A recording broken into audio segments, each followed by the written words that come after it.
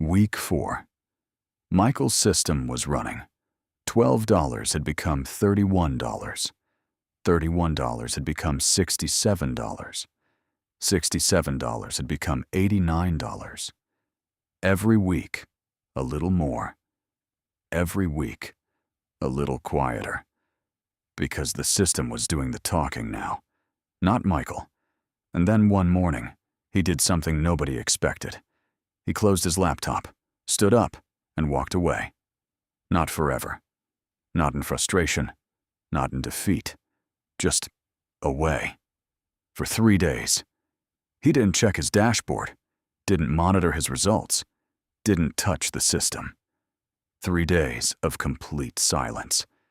And when he came back, the system had earned $43. Without him. Without his attention.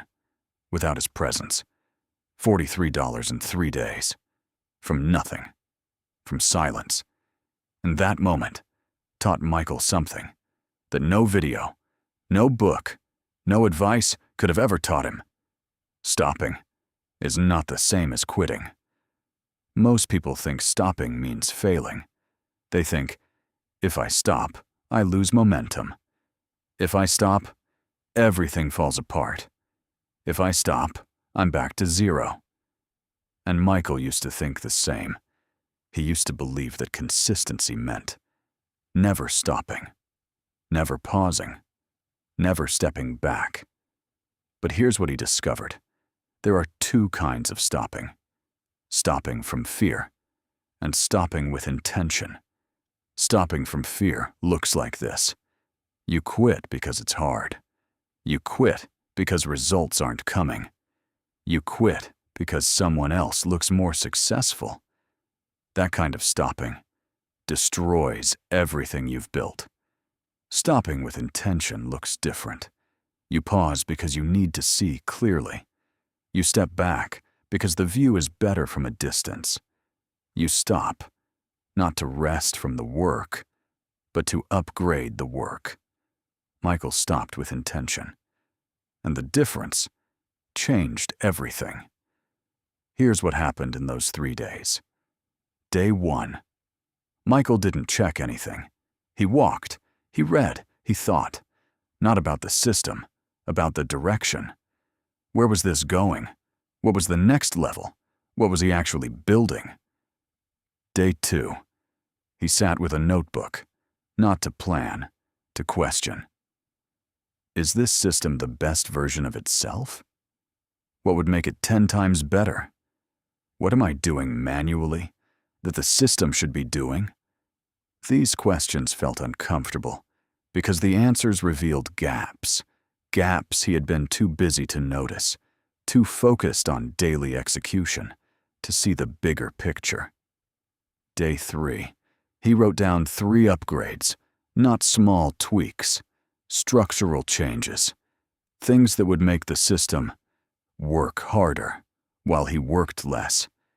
And when he opened his laptop on day 4, $43 was waiting, earned without him.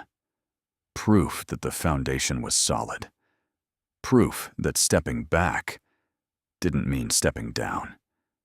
Now here's what most people say. Michael, I can't afford to stop. I need results now. Every day I pause is a day I lose. And this feeling is real. When you're building something, stopping feels like bleeding. Like every hour away is an hour lost forever. But here's the math nobody shows you. Michael was earning $89 a week, growing slowly, consistently, but slowly. After 3 days of stepping back and upgrading the system, his weekly earnings jumped to $134. Not because he worked harder, because he worked smarter. The 3 days cost him roughly $38 in earnings. The upgrade earned him an extra $45 every week. Forever. So the question is not, can I afford to stop? The question is, can I afford not to stop? Because staying in motion, when the direction needs adjusting, is the most expensive thing you can do. Here's something nobody talks about. Busy is not the same as productive. Active is not the same as effective. Motion is not the same as progress. Most people confuse these things. They measure their day by how much they did, how many hours they worked, how many tasks they completed. But the real question is different. Did what you do move the system forward, or did it just keep it running in place? Michael had been running in place, not because he was lazy, because he never stopped long enough to see it. He was so focused on executing that he forgot to evaluate, so focused on doing that he forgot to think. And systems that are never evaluated never improve. They just run at the same speed, in the same direction, forever, until they break, or until you stop, look at them clearly, and upgrade them. Now someone is thinking, okay, I understand the concept, but upgrading takes time. Time I don't have. I'll upgrade later. And later is where dreams go to die. Here's why. There will never be a perfect time to upgrade. The system will always feel like it needs attention.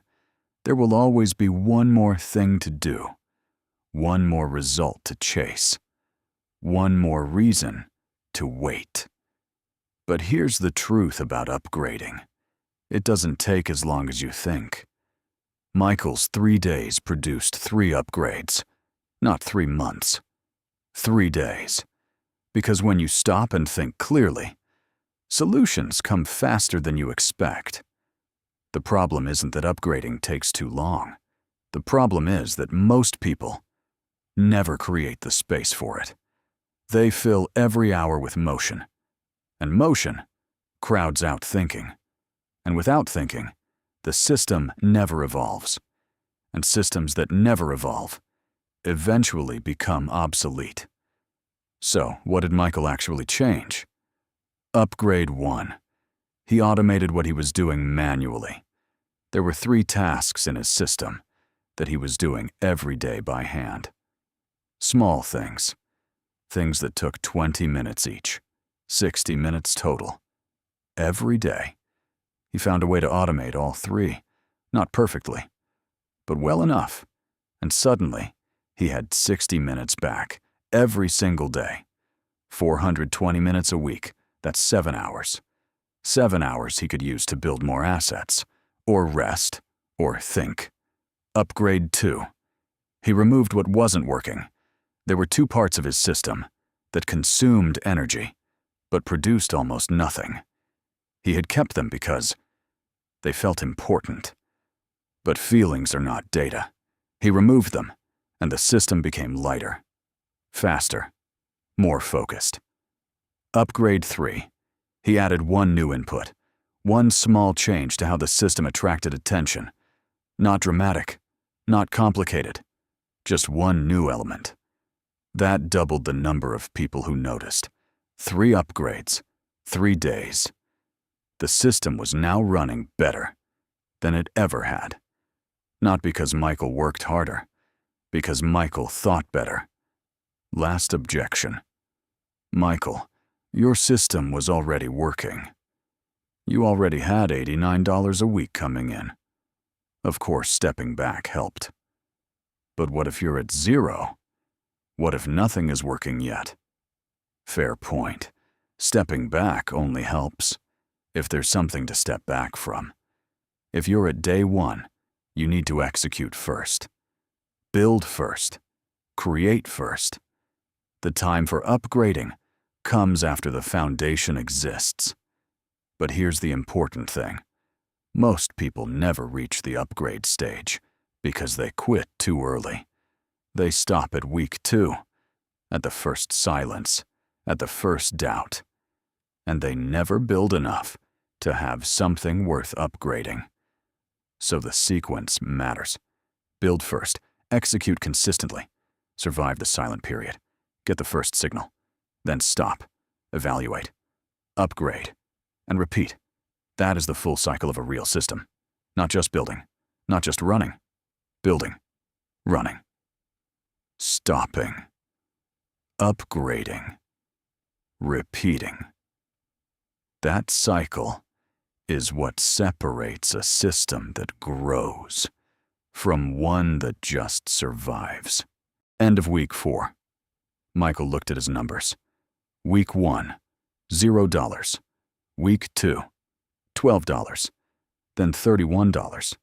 Week 3, $67. Then $89. Week 4, after upgrade, $134. Not because he worked more hours, because he used his hours better. And his $500 allocation was also moving. The $200 he put into building assets had created 2 new small income streams, each one tiny, but real. The $200 he put into skills had taught him something that made his system faster, and the $100 safety net was still there, untouched, waiting. Michael sat back, looked at everything, and felt something new. Not excitement, not pride, something quieter. Confidence, the kind that doesn't need to be announced, the kind that comes from watching something you built actually work, actually grow, actually produce without you having to force it. Here's what Michael learned. The best builders are not the ones who never stop. They're the ones who know when to stop and why.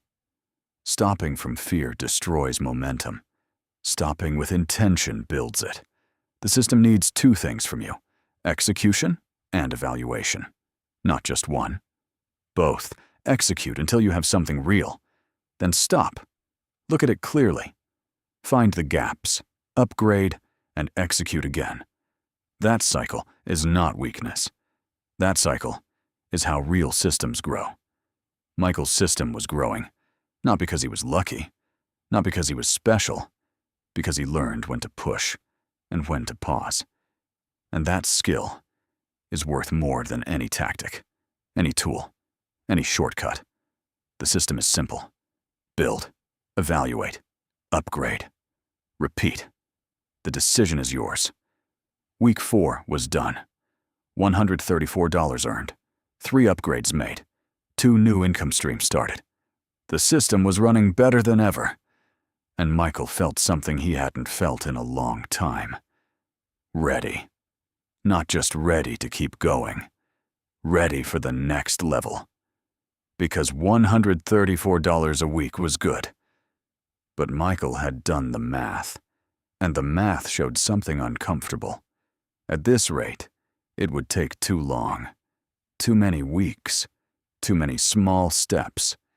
He needed something different. Not a new system. A multiplier. Something that would take what was already working and make it work 10 times harder. He had an idea.